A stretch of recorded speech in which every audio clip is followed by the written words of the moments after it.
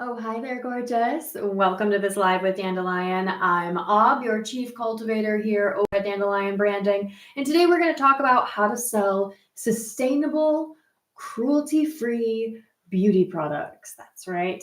I have said it a bazillion times. Bazillion's not a number, but I've said it a bazillion times. Sustainable brands are held to a higher standard. And this, my friends, is especially true for the sustainable, cruelty-free beauty brands of the world. Why? I have a sneaking suspicion that it's because millennials are firmly in their crow's feet era, paired with the ghosts of early 2000s beauty standards where clean, clear, and under control met Proactive's ultra toxic products. I mean, okay, so Proactive might have literally given you a mental illness, but hey, beauty. Do it for the beauty, right? Yeah. Okay, now I am a skincare girly myself. So I could give you a whole spiel on transitioning to sustainable and natural products, but that is not what we're here today for. Don't get me sidetracked with get ready with me's and blah, blah, blah. We are here to talk about what Dandelion Branding does best. We're here to talk about marketing. We're here to talk about storytelling. Specifically, how do you truly communicate for your sustainability focused beauty brand so you can actually sell your incredible cruelty-free organic and natural products and finally kick that toxic blah blah to the curb. That's what we're doing here, right? We are bringing sustainability to the mainstream, okay? And it starts with what we put on our skin, what we put on our bodies. That's right. Yes, it does. Sorry, I had COVID. I'm still out of breath. Okay. I got myself all worked up. All right, so here are the tips. My tips for you. If you're building a sustainability-focused, cruelty-free beauty brand, this is how you want to communicate to actually grow your company. One, you want to drive home the functional value of your products. This is a really big one because it is not enough to just say, my products are made sustainably, or my products have really great ingredients in them. Awesome. Your audience needs to know and believe that your products are going to work better for them than conventional beauty products. You got to think about what they actually do for them. Are they gentler on your audience's skin? Are they toxin free? Are they safer for children? Is it a story where you go, you can put on my night cream and still hug your kids before bed? You know, do they lead to fewer breakouts overall? Do you want to promote less dependency on products and more natural vitality? These are the kind of real benefits that your audience craves, and you really want to speak to that. And on a note of transparency, also share what your products won't do. A really good example of it is like beauty age spots. Like, are they really going to bleach your skin? Like, are your natural, like maybe you have a product for anti-aging or for sunspots or something. Is that really going to make a big difference? Are they really going to make a big change? Are they going to really fade those spots? And are they going to do it fast? Oftentimes, when you're promoting natural beauty and natural products, they don't have these super fast impacts. They take time to make lasting differences. That's your first tip. Tip number 2, communicate transition periods and offer real expectations. This is huge. Listen closely. Your customers are absolutely going to rip you a new one if they feel like you didn't mention the potential breakouts, dryness, or other adjustments when transitioning to natural formulas. I've seen it over and over again. Be transparent upfront. Set those clear and realistic boundaries about journey to skin health. It takes a month. It takes time. Your skin has to get used to it. Communicate that.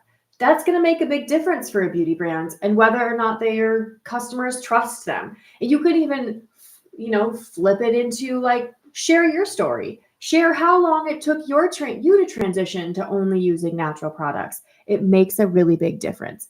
This ball right here, by the way, is my microphone. So I'm like, anyways, don't skip the transition stuff, guys. It makes a huge difference. Put it in your welcome series, pin it on your social media, make sure people know. It's also going to set you apart because you're talking about it differently. I don't see a lot of beauty brands pinning, share your transition stories with us. I don't see it. I would love that. I can share transition stories all day long. That would be really fun for a marketer. Here's the third tip. Come at me if you must. Have fun visual branding. Invest in it. Make it fun. Make it cute. I'm going to say it honestly. The green and brown, it's boring. It does not stand out on a crowded shelf. It is not memorable. Your brand packaging, your website, your social media, it needs to feel unique and vibrant and reflective of your specific brand personality. Your brand can't build a personality around being brown anymore. Like that used to be the case. People often, like I'm saying that and I'm looking at this packaging right here. Can you tell who this is from?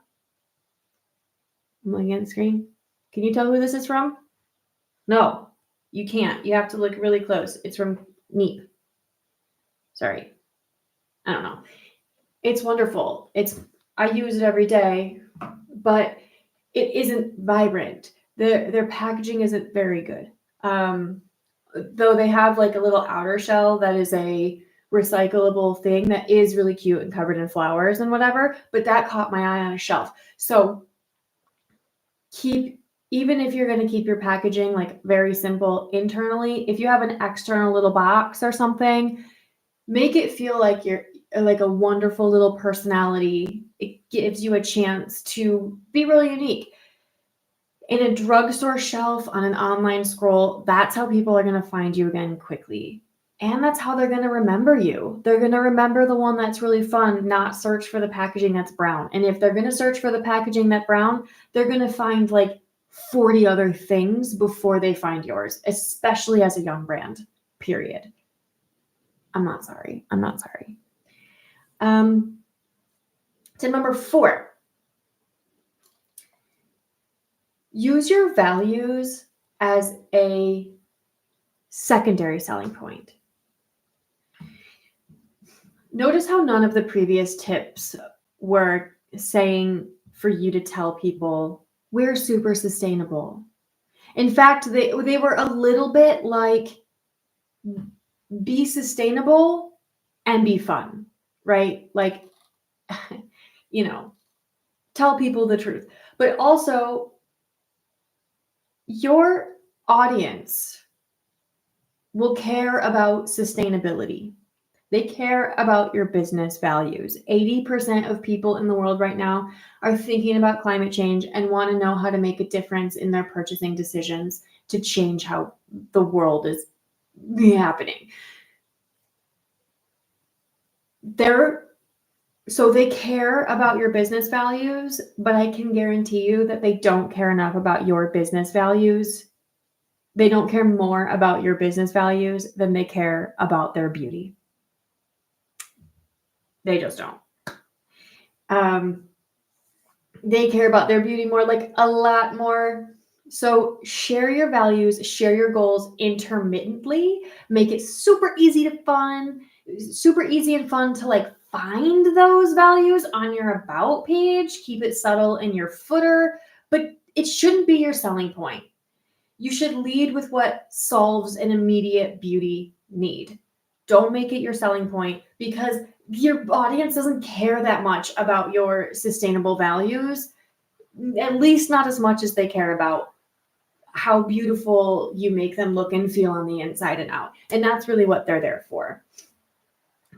Tip number 5, when you're growing your band, yeah, okay, that's our band, collaborate.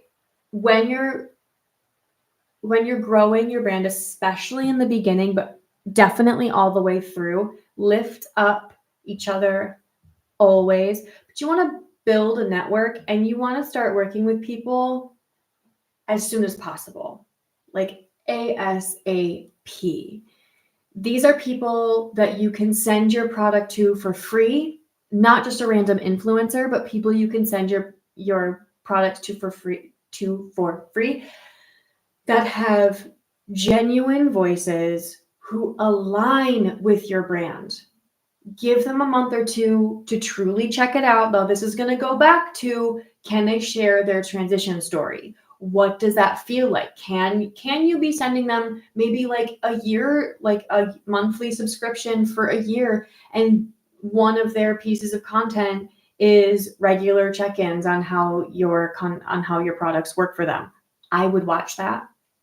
I'm a skincare girly, but I would watch that. I would find that so fascinating.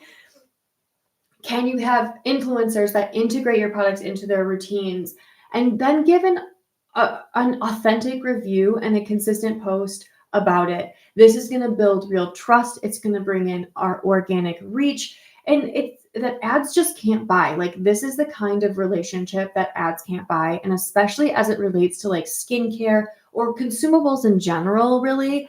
Like the off person might make an impulse buy and grab a little, but most people don't, especially sustainability focused audiences, really don't impulse buy. And most skincare girlies, skincare folks aren't going to just be like, that looks cute on an ad and then make the switch. We have very consistent routines. And if you want to change that routine, you have to challenge them to make that switch by putting your product in the hands of someone that people trust. Okay, I hope that was clear. Collaborate. Get in front of people that trust. People that do beauty routines, people that do get readies with me, they're super popular. It's great. And I've said this before, and I'll say it again here. I think it's really interesting when people who don't talk that much about sustainability, when they're doing their get readies with me, when they are adding that as a layer to the way that they're speaking about it. So a big beauty influencer who just talks about like, yeah, this is what I'm doing with my eyes, and this is what I'm, how I'm contouring and whatever. And then they drop a name brand and they say something like, it's a really beautiful blush and it's also made totally cruelty-free, and they're sponsoring this post, right? They're sponsoring this video or something like that, is a really beautiful way to put sustainability in front of people while showing them how well it works. And that can be, I'm always into getting sustainability into the mainstream. And I think that that's our job as sustainable creators and people that like do the work in sustainability, is to get it in front of people who aren't thinking that much about it yet, or don't know how to find it, or like don't know how to make it accessible, right? Collaborate. That's what I'm saying. Collaborate.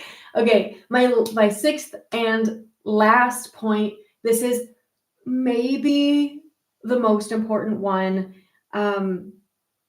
It's really crucial and it's really important. This is a really sensitive topic for people. Beauty, skin, personal care is so sensitive for people. Don't shame, don't blame, don't act nasty. Okay? Don't shit talk other brands, even if they're not sustainable. Don't openly you can openly call out a brand for being less sustainable, but don't call them out for being like shitty practices, or like don't be nasty and mean. Find a way to do it by taking the high road. Always take the high road, because you don't want to alienate people.